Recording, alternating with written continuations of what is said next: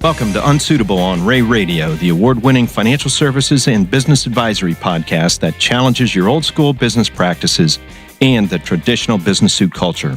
Our guests are industry professionals and experts who will challenge you to think beyond the suit and tie while offering you meaningful modern solutions to help you enhance your company's growth. I'm your host, Dave Kane. Locally owned family businesses are the backbone of the American economy, and we're so fortunate to be able to work with many of these type of businesses at Ray & Associates. One of the really great things about working with these type of businesses is the excitement and satisfaction that comes when businesses successfully passes through multiple generations. For a parent to be able to pass the legacy of business ownership onto their children is a great moment, but it also brings some unique challenges.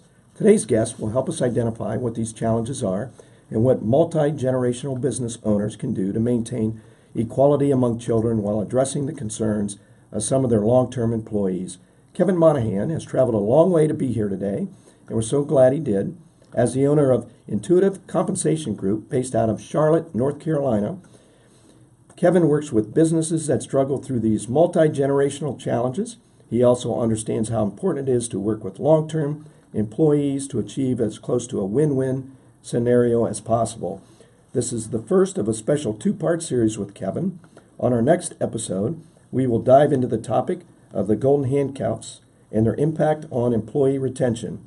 We're going to challenge your old school business practices as it pertains to compensation and incentives for your employees. Here we go. Welcome to Unsuitable, Kevin. Hey, you found your voice. That was good. Oh, boy. Thanks for saving me. Appreciate you making the travel up to Columbus, Ohio. It was fun. So, as an entrepreneur yourself, and we love to talk to entrepreneurs on Ray Radio, tell me a little bit about your company. Sure. So I'll give you the brief how I got to where we are and what we do, but we had a brief stint in comedy. So we worked on a television show, The Office, and I always say sometimes when talking about compensation, you need a little bit of comedy. Then we I went overseas, worked on a television show. I ran a consulting company over there, and we worked with business partners where there was forced partnerships. So overseas Sure. in China, you had American and Chinese people, and then who owned companies together. And came back to the U.S. and really wanted to figure out where our niche was going to be best served. And we found that while it may not be forced partnerships, a lot of families have these types of issues in there, such as, I've got children or child in the business. Some children might not be in the business. How do we do this correctly, keeping the family together and making sure that everybody's good? I love the name Intuitive Compensation Group. Great name. Where did you come up with that? I think subliminally, a good friend of mine works at Intuitive Surgical Group, and I must have had it in there a little bit, and it came out that way. But no, it was just a description of what we did. Somebody told me once, in the name of your business, tell people what you do.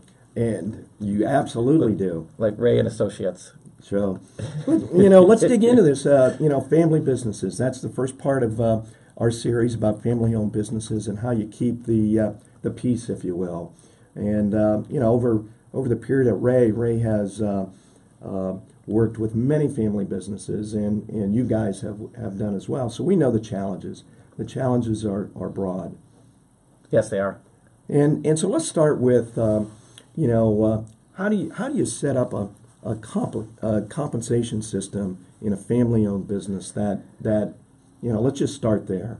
So you've got to realize the conflicts of interest that exist between the both sides. So a business owner, whether a child's in the business or not, has to position themselves for the best success for the company, keeping in mind what's best for them. And that's typically, we've got to be able to keep the company, but the company has to be prepared to sell itself just in case. So that could be, for a lot of people, the best and largest exit.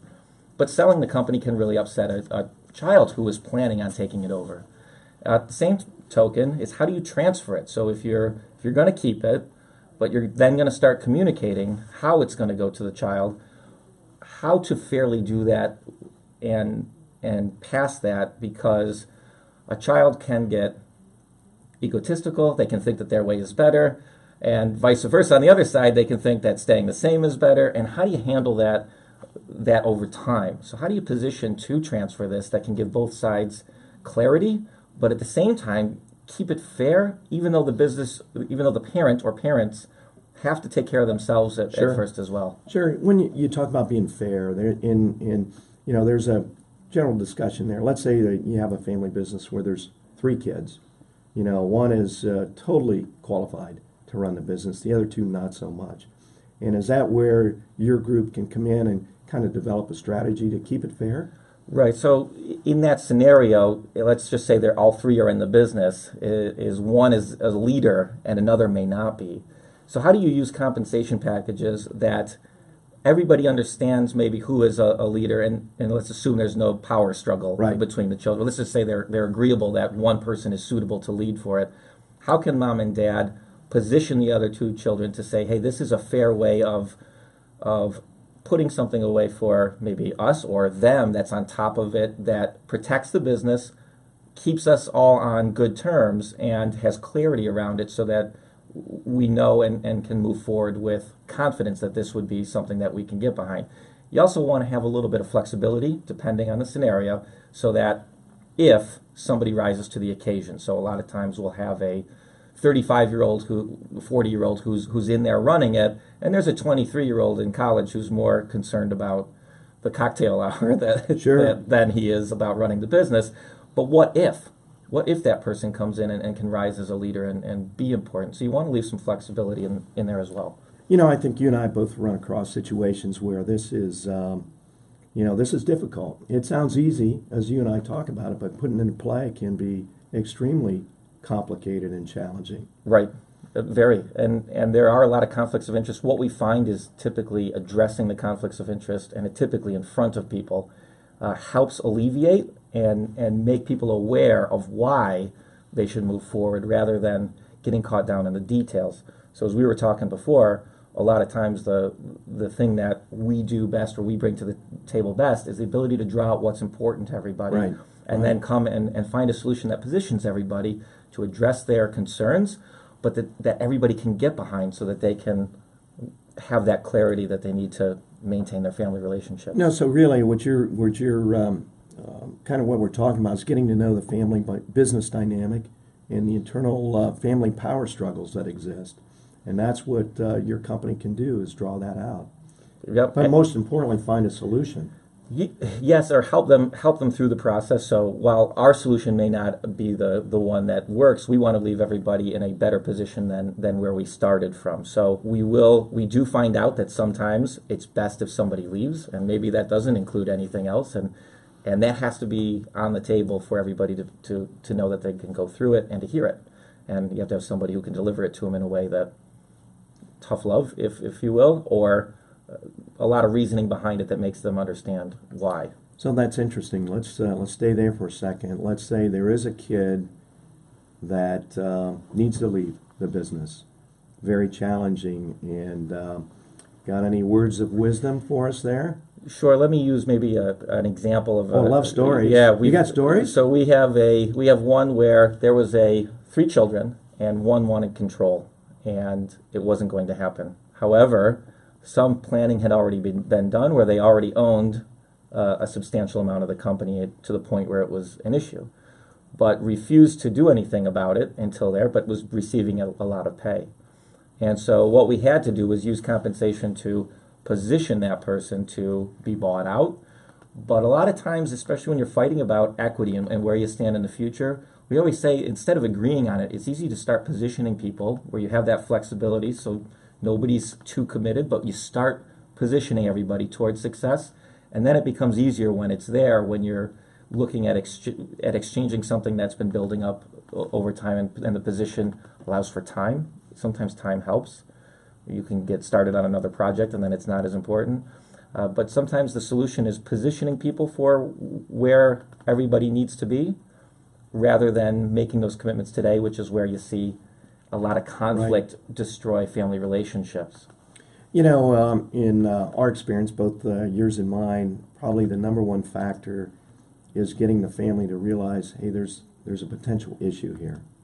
And do you see that as a growing concern? An ability for a business owner to I don't see it as a growing concern, but I see it as a commonality. Is a business owner knows that their lack of commitment today for the future in 10 years, I always put it this way to them. You wouldn't buy a house in Florida on the coast today for 10 years into the future, but you might save up for it or position yourself by buying a property up here that you're going to roll into it. So just as a lot of planning happens for these family businesses, the same principle holds true. Is the business owner knows that you're probably best not committing today to something 10 years in the future, which is what makes it so hard for the child. Is that's what they want. They want to know exactly what's in it for them. But to give people the ability to position for the success, I think is what makes the difference. And our ability to help families get the confidence around the commitment to position, which is usually a money savings, some type of plan or change from what they were doing to moving forward, helps. And as long as it's a small step that has the flexibility, it's easier to put yourself in that position. I said position too many times in there, but I got a question just dying to ask you. Okay. Don't say the word position. You have a background in comedy, and you worked in the writers' room for The Office and Parks and Recreation. And how did you go from being a writer to a consultant in compensation and incentives and financial planning? So gotta be a secret there. Believe it or not, my father was in the compensation business. So I always said I was going to come back. Now, it sounds good to say I was working in the writer's room, but I was literally the guy getting the coffee for everybody. Oh, you were the gopher? Yeah, I was the gopher in the writer's room. Now it comes out. Yeah, so I wanted to be a comedian. I said I'd give it 4 years, and if I don't become a comedy writer, I've got to go do something else. And I think I was interviewing at AIG and MetLife. This was right before the crisis. And I just went, boy, I'm going to sit at this desk all day, and I'm just going to regret not leaving my job. I said, I've got to go do something extraordinary. So I went to China, and believe it or not, we found that this type of compensation structures between people was bringing us in front of some of the toughest problems to handle. And in China, what was really unique was I would go in. Keep in mind, a lot of the partners, English was their second or third language. So I would draw stick figures on the board, get everybody laughing, and everybody understood what was going on. So I was forced to keep things very simple in what can often be very complex situations. So from drawing amoebas and a story of amoeba floating down a creek to stick figures with buckets in between them and kids fighting over sandboxes with wizards. Believe it or not, that stuff and the comedy aspect goes farther than reason, numbers, and data. Well, you just told our listeners that you're a very creative person looking for creative solutions in family businesses and other related businesses. Correct. So, in doing some research before our meeting today, I took a look at your website. If you don't mind, could you share your web information with our listeners? Sure. Intuitivecompensation.com is our website. So if you go to intuitivecompensation.com, we can't do testimonials because of some of the licensing that we have. Sure. However, we put some stories on there so you can get a sense of what we do. And family planning is one of the stories that we have on there. And how do you balance children power to, because you have business owners that are leaving a $5 million business to one child. And if the average business owner has 80% of their wealth in that business, the other 3 children who are maybe a teacher, a vet, and homeless, I don't know, they feel you're leaving a child feeling like, deprived of love or so forth, and it can create conflict in families. So some of the planning has to go beyond just the simple dynamics of who's in the business, but it's got to be relevant to the story of the family and how do you keep everybody together. Right. Many of our listeners on the podcast are business owners and generational business owners as well. And this topic is obviously very sensitive, very delicate. Probably the most thing, it's hard to get started. If I'm struggling with that and want to have further conversations with you, how do I get started? Sure. So 2 ways. You can go to our website, intuitivecompensation.com, or you can give us a call to get on our calendar, which is 1-877-70-LEARN. That's 877-70-53276. Oh, okay.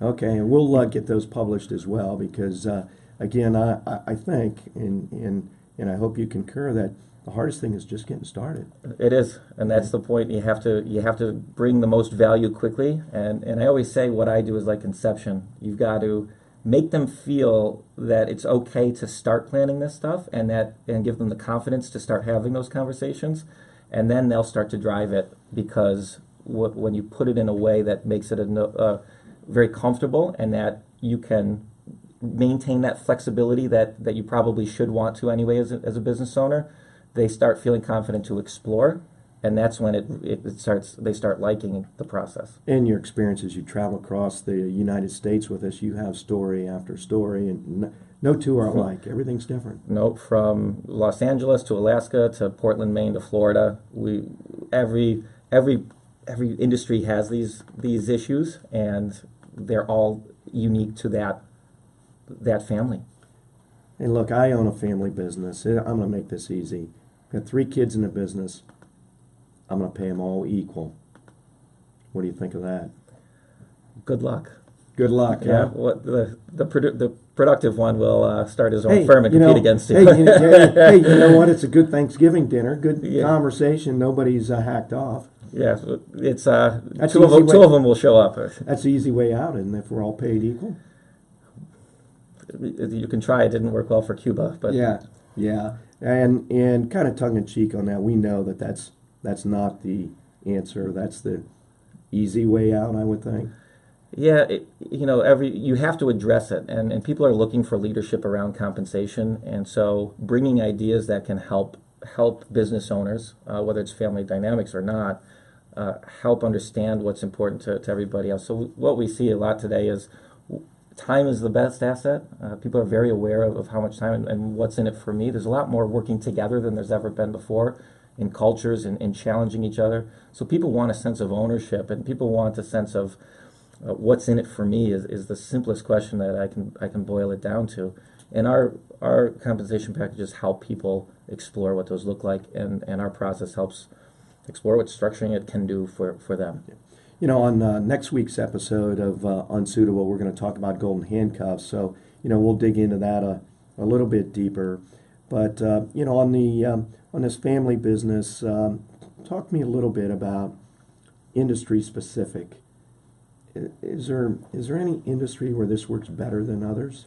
No, I've even myself, I'm in different coaching organizations and a broad range of business owners, and what we find is that from dealing with employees to payrolls to a lot of the marketing aspects of it, more and more it's very similar across the way. I think that's why you see the growth of even private equity buying a doctor's firm on one hand and a manufacturing company on another hand and a veterinarian on another, is that there's a lot of similarities between them, and then more so is the uniqueness between the people than anything else. So while the industries might have a lot of similarities, it's the people that are always different.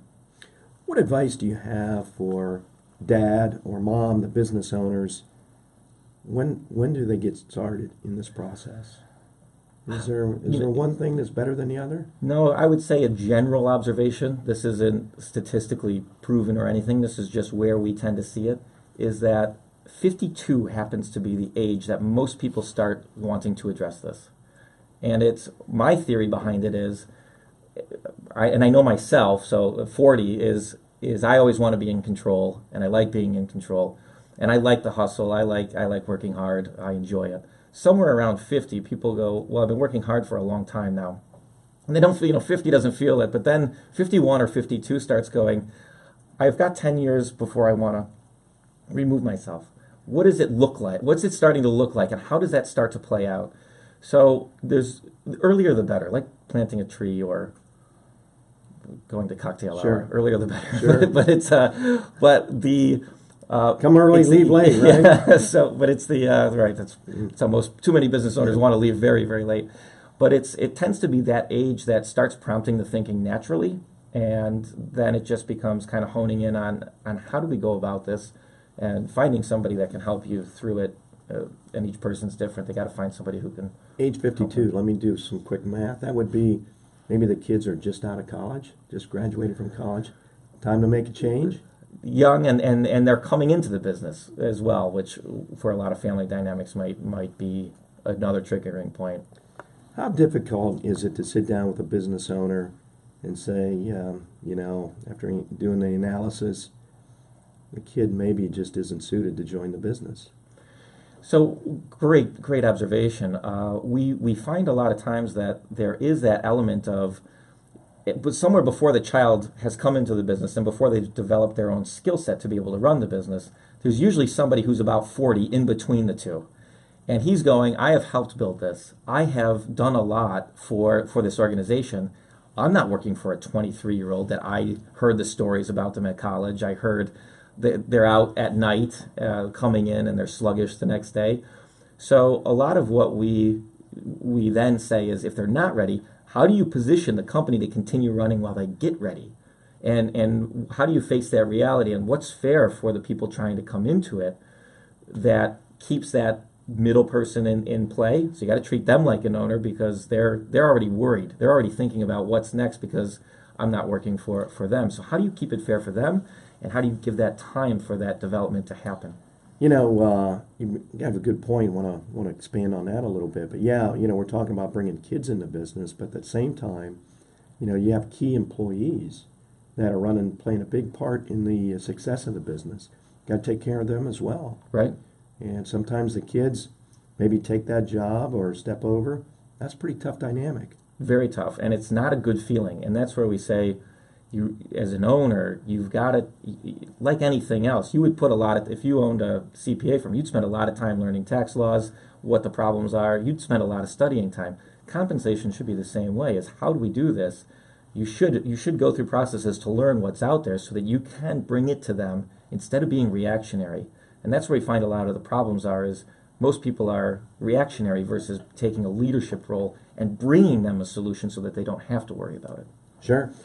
And, have any other stories in the closing minutes we have here? Good, bad, or ugly? No, we were talking before the show. I maybe this follows me too closely, but when I came out one day and my truck was spray painted a little bit on the left panel because the Mercedes next to me was covered in orange paint. And it was very interesting when we found out what it was. It was he had started working at his father's business, and the manager who was in there had taken didn't know how to express himself, but perhaps that's the way it came out. So people under you, as a business owner, people under you aren't going to know how to communicate that this is an issue for them. Sure. So being upfront to take steps to try to address it, I think, is always the best solution. Okay, let's close with action plan. Certainly, our listeners can contact us, get your contact information. That's one action plan. But somebody, one of our listeners is in this position, what's an action plan for the next 6 months? It starts with getting on our calendar and telling us your story. That just hearing the story of what you're looking at, what are some of the things you've been thinking, what are some of the challenges that are out there, will allow us to tell you if what we do is a good fit, and if it's not something that we can help with, because we're in this space, we know a lot of other people, so we might be able to help point you in the right direction. As a consultant, you're a good listener. That's what you do. You listen to the story. Yep, exactly. So, that's a good point. Every situation is different. There's no boilerplate here. Correct. And I think you pointed that out. Our guest today has been Kevin Monaghan, and really enjoyed our conversation today. It's always good and hard to make everybody happy in a family business situation, but you hit on some great solution and provided some good insight that others may not have considered before. Listeners, we hope you enjoyed this episode of Unsuitable, and I hope you take a minute to like it and share it. But more importantly, I hope you tune into next week's episode and hear Kevin's perspective on the concept of golden handcuffs and their impact on employee retention. In the meantime, go take a look at Kevin's website at www.intuitivecompensation.com to learn more about the company, or if you have questions, email Kevin directly at kmonahan@financialguide.com. Thanks again for joining us today, Kevin. Thank you for having me. Until next week, I'm Dave Kane, encouraging you to loosen up your tie and think outside the box. Very nice.